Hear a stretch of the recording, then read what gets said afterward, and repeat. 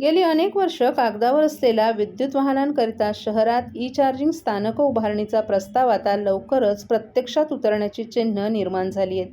Charging स्थानकांसाठी पालिका प्रशासनानं 19 जागा अंतिम करत या प्रकल्पासाठी निविदा काढली आहे. खासगी लोकसहभाग पीपीपी तत्वावर हा प्रकल्प राबवण्यात येणार असल्यानं पालिकेला एकही रुपया खर्च करावा लागणार नसून याउलट पालिकेला प्रति युनिट मागे ₹1पेक्षा जास्त उत्पन्न मिळणार आहे.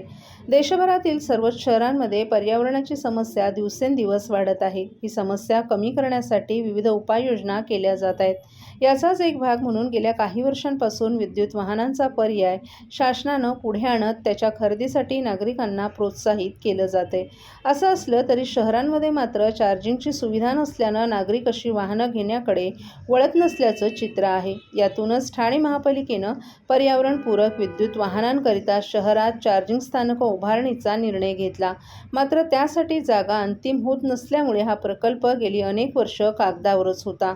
ठाणे महापालिका आयुक्त सौरभ राव यांच्या मार्गदर्शनाखाली विद्युत विभाग आणि शहर विकास विभागानं चार्जिंग स्थानकांसाठी आवश्यक असलेल्या जागांचा शोध घेतला आणि त्या ठिकाणी चार्जिंग स्थानकं उभारणे व्यवहार्यता तपासण्यात आली. यानंतर शहरातील 19 जागा निश्चित करण्यात आल्या. या कामासाठी निविदा काढण्यात आल्या आहेत.